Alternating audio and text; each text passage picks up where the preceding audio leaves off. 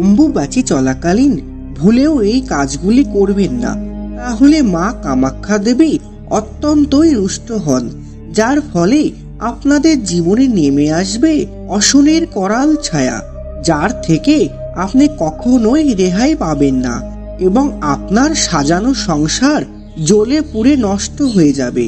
কারণ শাস্ত্রমতে মনে করা হয় যে এই পবিত্র অম্বুবাচী চলাকালীন সময়ে মধ্যে এই কাজগুলি করলে আপনি আপনার দুর্ভাগ্য নিজেই ডেকে আনবেন। তাই আপনারা যদি আপনাদের জীবনটাকে সুখ, শান্তি, সমৃদ্ধি ও আনন্দের সাথে কাটাতে চান, তাহলে ভুল করেও অম্বুবাচীর এই 3 দিন এই কাজগুলি একদম করবেন না। যে কাজগুলি প্রায় 90% মানুষ ভুল করে থাকে এবং তার ফলস্বরূপ তারা অক্লান্ত কঠোর পরিশ্রম করার পরেও সেই কষ্টের উপার্জিত পয়সা তারা সঞ্চয় করতে পারে না, অর্থাৎ উপার্জন করলেও সেই অর্থকে তারা ধরে রাখতে পারেন না। কোনো না কোনো দিক থেকে সেই অর্থ জলের মতো বেরিয়ে যায়। তাই বন্ধুরা, আগামী 22শে জুন রবিবার দিন থেকে 25শে জুন বুধবার দিন পর্যন্ত এই 3 দিন এই কাজগুলি ভুলেও করবেন না। তবে চলুন তা জেনে নেওয়া যাক। নমস্কার সুপ্রিয় দর্শক বন্ধুরা, আপনাদের সবাইকে স্বাগত জানাচ্ছি মন্ত্র পূজা বিধি ইউটিউব চ্যানেলে।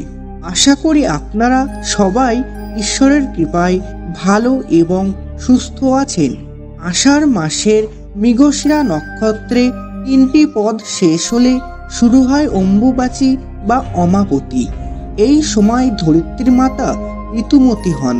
বাংলার প্রবাদে রয়েছে, কিসের বার কিসের তিথি, আষাঢ়ের 7 তারিখে অম্বুবাচী। বন্ধুরা, অম্বুবাচী তিথিতে প্রকৃতি জাগ্রত হন এবং এই তিথি চলাকালীন মায়ের মন্দিরের দরজা যেহেতু বন্ধ থাকে, সেহেতু মনে করা হয় এই সময় অশুভ শক্তির প্রভাব প্রচুর পরিমাণে বেড়ে যায়।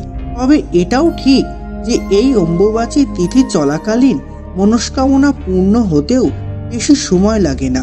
তাই বন্ধুরা, এই সমস্ত বিষয়ে বিস্তারিত জানতে ভিডিওটি শেষ পর্যন্ত দেখবেন ও ভালো লাগলে একটি লাইক ও কমেন্ট করবেন আর কমেন্টে লিখবেন জয় মা কামাখ্যা। এবার জেনে নিন এই 3 দিন কোন কাজগুলি একদম করবেন না। বন্ধুরা, প্রথমে যে কাজটির কথা বলবো সেটি হলো চুল ও নখ কাটা। হ্যাঁ, এই অম্বুবাচী চলাকালীন সময়ে কখনোই আপনারা চুল, দাড়ি বা নখ কাটবেন না। কারণ এই সময় যদি চুল কাটেন তাহলে আপনাদের নবগ্রহ খারাপ প্রভাব ফেলতে পারে এবং আপনাদের জীবনে আয়ু রেখা কমতে থাকবে। তাই মাত্র এই 3 দিন এই কাজগুলি না করাই ভালো। এরপর দ্বিতীয় যে কাজটি বলবো সেটি হলো মাথা ঘষা বা মাথায় শ্যাম্পু করা। হ্যাঁ বন্ধুরা, আপনারা ঠিকই শুনেছেন। কথাটি হয়তো শুনে আপনাদের অবাক লাগতে পারে, কিন্তু কথাটি একেবারেই প্রযোজ্য। বিভিন্ন পৌরাণিক শাস্ত্রে বলা হয়েছে এই অম্বুবাচীর সময় বিভিন্ন ক্ষৌর জাতীয় কার্য করা অত্যন্তই পাপের কারণ। তাই আপনারা এই 3 দিন কোনোভাবেই চুলে শ্যাম্পু করবেন না। এবার যে শেষ কাজটির কথা বলবো তা হলো জোরে জোরে কাপড় কাচা। অর্থাৎ অনেকেই আছে জামা কাপড় কাচার সময় জোরে জোরে আছাড় বা বাড়ি মারেন। এটি কিন্তু মনের ভুলেও করতে যাবেন না এই 3 দিন, কারণ এই সময় মাতা ধরিত্রী ঋতুমতী হন। তাই এই সময় মাতা ধরিত্রীর ওপর কোনো আঘাতপ্রাপ্ত কাজ করা একেবারেই উচিত নয়। হ্যাঁ বন্ধুরা, এই কথাটি হয়তো আপনাদের বয়স্ক ঠাকুমা ও দিদা তারা জানেন এই নিয়মটি।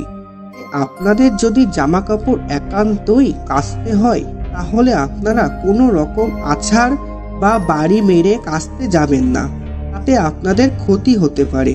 বন্ধুরা, আমাদের এই কিছু কিছু নিয়মই আমাদের জীবনকে ভালো এবং খারাপ করতে পারে। কারণ বলা আছে, বিশ্বাসে মেলায় বস্তু তর্কে বহুদিন। তাই অবশ্যই বিশ্বাসের সঙ্গে এই নিয়মগুলি আপনারা পালন করবেন। ধন্যবাদ।